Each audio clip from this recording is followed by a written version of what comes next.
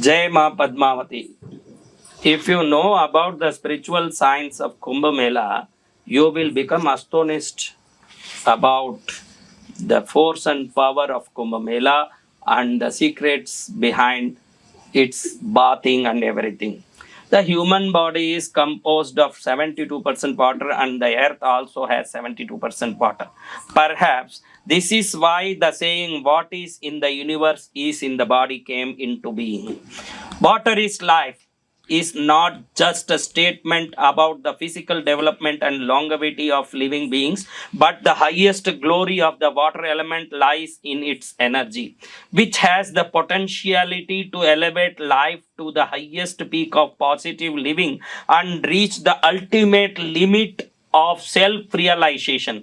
When this glory of the water element is realized, only then can we fully understand the beneficial power of the Kumbh festival. The friction of molecules transforms the electrical waves in the brain into thoughts. It is the attraction power of the blood flowing in the form of the water element in your body that plays an important role in shaping these auspicious and inauspicious thoughts into a habit.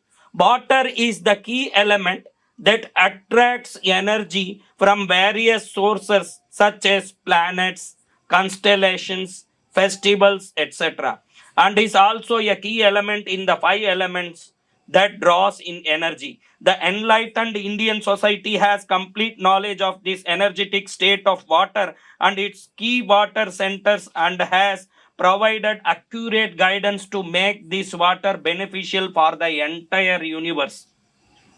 One important manifestation of this is the Mahakumbh, where at a specific confluence site, the power of celestial bodies is harnessed at a particular date and time, and this power is fully utilized at a traditionally sacred location. For thousands of years, numerous traditions have been followed as symbols of various religious beliefs. It is true that behind all these traditions and rituals there exist specific positive facts and signs, but our ancestors believed that the reason and analysis behind them were unnecessary. On the other hand, driven by their divine feelings and intense faith, future generations have continued to follow these rituals and have benefited immensely from these blessings regularly provided by nature. Regarding the Kumbh, its dates have always been fixed, and the rules for bathing, the order of bathing by saints and akhadas, and other traditions have remained unchanged for thousands of years. A significant participation is expected from the religious people of India in this year's Kumbh. Among the many important events of the Kumbh, the six baths occurring on different dates hold primary importance. Additionally, in the vast Kumbh Mela area, puja, archana, yajnas, religious rituals, storytelling, and feasts also hold their own significance. This Mela will witness the amazing lifestyle of various types of dressers, practitioners, ascetics, and dedicated yogis, munis, and saints on the spiritual path. An important fact is that the four main places in India where the Kumbh is organized are all located on river banks because water is the core of the Kumbh. The influence of celestial alignments on water is considered significant. The major power contributing to human welfare in the Kumbh is the energy waves of the saints, selfless, compassionate, and penitent discipline, the power of brahmacharya, and the positive waves of ascetic tendencies, which directly affect the behavior of the common people who are distorted by indulgence. This is why the tradition of saintly bathing follows a specific sequence. After this, bathing in the energized water with the positive influence of the celestial bodies continuously works to bring the deviated human society back to the enlightened path. The primary Japanese scientist researching the water element is Masaru Emoto, whose famous book the hidden messages in water, and the technique of water crystal photography are globally renowned. He froze various types of water and used water crystal photography to observe astonishing results. The water exposed to prayers of love, compassion, kindness, affection, and harmony showed beautiful and decorative crystal forms, while the water exposed to negative emotions like hatred, jealousy, anger, and disgust showed violent forms resembling erupting volcanoes. You can view Masaru Emoto's vaster crystal images in search engine in Google. This research proved that water is influenced by our emotions, and through this water our emotions can be transferred to others. This scientific fact also operates in the 6 royal baths of Kumbh Mela, whether in Prayagraj or at the banks of Narmada River or other pilgrimage sites where the Kumbh is held. These locations have always been home to renunciates, ascetics, and detached sages. These ascetic saints, through their selfless generosity, contribute their intellectual waves to these water sources. The clear impact of this is that ordinary people, through bathing in these waters, can purify their tendencies and free themselves from mental impurities. During the Kumbh baths, those engaged in the practice of Kaya Kalp also come into these sacred places to bath, not for personal gain, but for the welfare of others. In the famous book Autobiography of a Yogi, Paramahamsa Yogananda writes that the immortal yogi Mahavatar Babaji, who has lived for over 2000 years, attends the Kumbh at Prayagraj, and Lahiri Mahasaya and other saints have also witnessed him there. This proves that invisible, perfected beings from divine realms surely attend the Kumbh. The touch of these perfected yogis and renunciates brings a beneficial power to the water, which is truly auspicious for the common people. The electric power of the following water, the special alignment of celestial bodies, and the energy waves from the first bath of saints containing penance, compassion, and selfless feelings have the miraculous ability to rejuvenate the lives of millions of people participating in the bath. It is a wonder that this alignment and traditional process are not mentioned.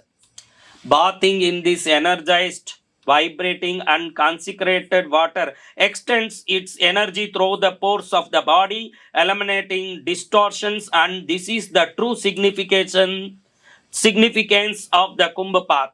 If we look for the miraculous examples in nature, we can consider the Neel Kurinji flower in the Nilgiri mountains, Ooty, which blooms once every 12 years, the white flowers blooming at night and the colored flowers blooming during the day, or the intensity of the waves in the ocean on Amavasya and Purnima.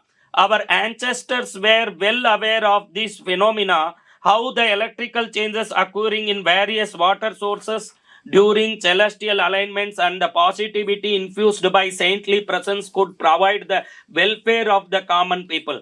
The spiritual consciousness spread through the Kumbh Mela is the key to activate public welfare and is only fully understood when one absorbs its deeper meaning.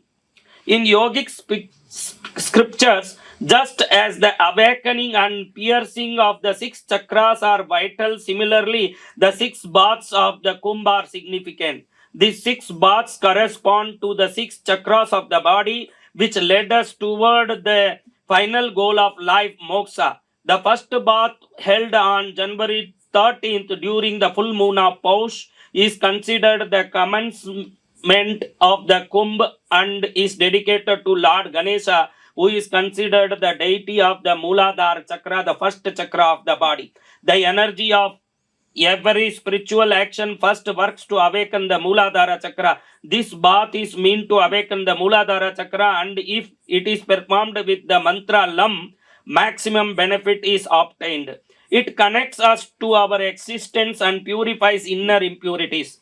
The second bath was held on January 14 during Makar Sankranti is significant as it aligns with the solar transition. Since the sun represents paternal energy, it is related to Swadhisthana chakra, the second chakra of body, which governs the reproductive organs. During this bath, chanting the mantra Vam is beneficial. The third bath is on January 29 during Mauni Amavasya. This bath symbolizes the darkness of silence, representing the Nabhi chakra, the navel chakra. It is meant to awaken the Manipuraka chakra and is beneficial with the mantra Ram.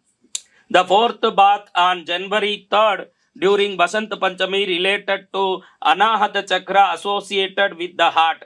This season signifies the arrival of spring and the energy of the heart chakra is full of enthusiasm and joy. The mantra Yam is chanted for its awakening. The fifth bath is on the fifth bath is on February 12th during Magh Purnima, corresponds to the throat chakra which governs speech and intellect. It strengthens the voice and leads us towards ethical and truthful speech.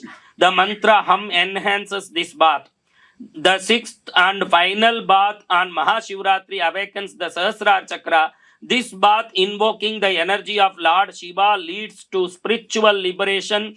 Chanting Omkar during this bath aids in achieving liberation. This also energizes the pituitary gland. By that, on the Shivratri, the bathing take us to the path of self-realization. Those who witness the unique power of water can never question the significance of this bath. Now the question arises for all the people who have faith in these traditions. It may not always be possible for them to reach the bath sites physically. Some are living in US, UK, like other countries. Some are having many busy works. So how can they get the same result uh, from their places like from the Kumbh bath? Our scriptures have provided a simple method for this. On the dates of Kumbh, one can go to nearby water sources or bath at home while chanting the following verse 7 times. Gange cha Yamune chaiva Godavari Saraswati Narmade Sindhu Kaveri Jale Asmin Sanidim Kuru. It means offering the presence of river deities Ganga, Yamuna, Godavari, Saraswati, Narmada, Sindhu, Kaveri in their water. If you say this, automatically the invisible energy of Ganga, Yamuna, Godavari, Saraswati, Narmada, Sindhu, Kaveri will enter in your bathing water. After that, during the bath, chant this following mantra. Amrute Amrutotbhave Amrita Varshini Amrutam Sravaya Sravaya Svaha.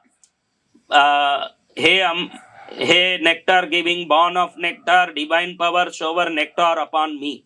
Amrute Amrutotbhave Amrita Varshini Amrutam Sravaya Sravaya Svaha. The waves of mantra chanting, yajna smoke, and service vibrations arising from the sacred confluence of Prayagraj continue to illuminate the earth. This ancient tradition developing our spiritual consciousness will continuously promote human welfare. Jai Ma Gange, Jai Prayagraj, Jai Mahakumbh.